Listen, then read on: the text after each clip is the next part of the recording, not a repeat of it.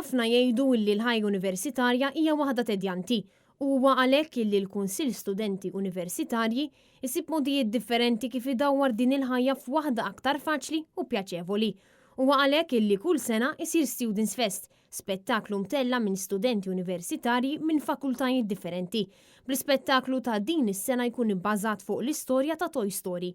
NetNews kien preżenti waqt il-provi li saru il-ħamis filgħodu fejn tkellem mad-direttriċi ta' dan l-ispettaklu Bjanka Paċ li spjegat il-ħsieb wara Students Fest. Hija mod ta' żvok l-ħajja universitarja waħda pjuttost tedjanti. Intant Bjanka spjegat li spettaklu bħal dan jieħu ħafna żmien u xogħol sabiex jittella b'mod professjonali fejn stqarret li l-preparamenti ilhom għaddejjin minn Lulju li għadda. Saru ħafna preparamenti, auditions, għażilna il-coordinators tagħna, għandna tim ta' xi 25 persuna jaħdmu fuq dal-proġett bħala l-coordinators u għandna każ tal-fuq minn 100 persuna u issina dal-aħħar xarrej għaddin kuljum matul il-ġimgħa fil-weekends il-kollu naħdmu fuq dal-show. NetNews tkellem ukoll ma' Emma De Gabriele li għandha karattru ewlieni f'dan l-ispettaklu fejn spjegat il-proċess sabiex wieħed ikun parti mill-atturi fis-Students Fest. Mela l-ewwel net kellna l-auditions li bdew f'Novembru li għadda, kellna nippreparaw diska, kellna dance callback u kellna monolog x'nitalmu.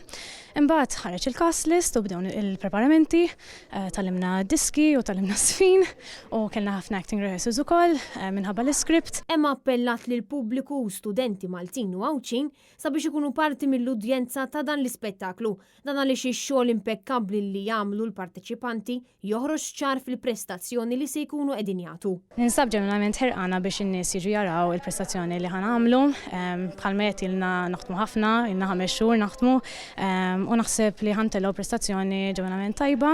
Inħossni vera gburija bix-xogħol li għamilna u għandi 700 sena sakemm in-nies jistgħu jiġu jaraw il-kwalità li jipproduċu l-istudenti f'dan l-Università ta' Malta. Intant Students Fest ta' din is-sena se jkun qed isir bejn il-5 u s-7 ta' April mit-8 ta' filgħaxija sal-10 u nofs ta' filgħaxija fis-sala Ser Temi Żammit fl-Università ta' Malta.